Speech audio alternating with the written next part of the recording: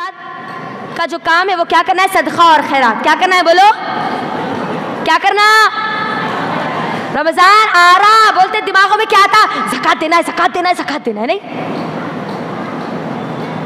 रमजान का ताल्लुक ज़कात से नहीं है। सॉरी, ज़कात का जो ताल्लुक है ना, वो माल जो आपके पास है उस पर अगर एक खमरी साल अगर गुजर गया, चांद के एतबार से अगर एक साल गुजर गया, तब आपको ज़कात देना है। जब भी आप लिए थे, रजब में लिए थे तो रजब में देना है, शाबान में लिए तो शाबान में देना है, रमज़ान में लिए तो रमज़ान में देना है। रमज़ान के लिए ज़कात का सिस्टम ख़ास नहीं है, याद रखना। सदका और खैरात करना है, ठीक है। रमज़ान बोलते ज़कात आ जाती, ज़कात को निकाल देना। जब आपका साल मुकम्मल हुआ तब आपको क्या करना है? ज़कात देना है। और ज़कात में भी क्योंकि हम तमाम यहाँ पर ख़वातीन हैं, तो मैं चाहती हूँ कि आपको ये बात बताऊँ, हम जो जेवरात पहनते हैं ना, सोना चांदी, उस पर भी ज़कात है। खुश नहीं हो जाना हमारे शौहर फुल भर के हमको ऊपर से नीचे तक डाल दिया बोल के, उस पर ज़कात अदा करना है। अगर नहीं करेंगे ना तो फिर वही माल हमारे लिए जहन्नम में जाने का ज़रिया बन सकता है, वही जेवरात हमारे लिए जहन्नम में जाने का ज़रिया बन सकता है। अगर 8.5 तोले अगर आपके पास सोना है तो आप साहिब ज़कात है, उससे ज़्यादा है तो भी आप साहिब ज़कात है, उससे कम है तो आप साहिब ज़कात नहीं है। और 58.5 तोले अगर आपके पास चांदी है तो आपके ऊपर ज़कात फ़र्ज है, ज़कात आपको देना है। और हम जो जेवर पहन रहे ना, उसके ऊपर शौहर फ़र्ज नहीं है शौहर को देना, हम पहन रहे तो हमको देना, हम ख़वातीन को देना है। अब शौहर के पास से लेके शौहर के पास से लेके दो, किसके पास से लेके देते? उसके पास से लेके दो, मगर देना तो आपको है।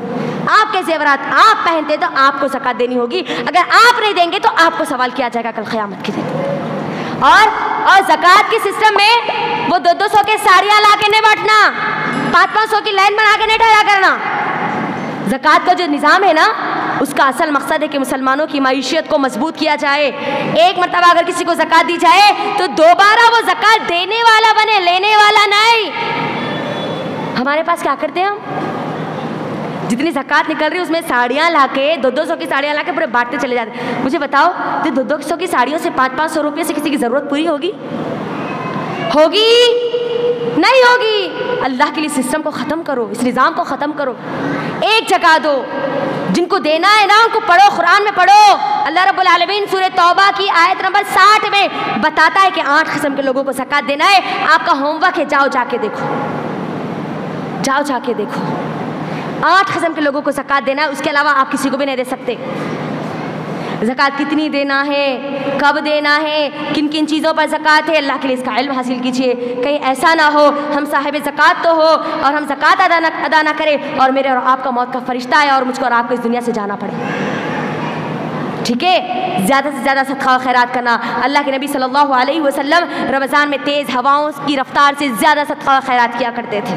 आपके पास जो है, जितना है, उतने में से सदका और खैरात करो।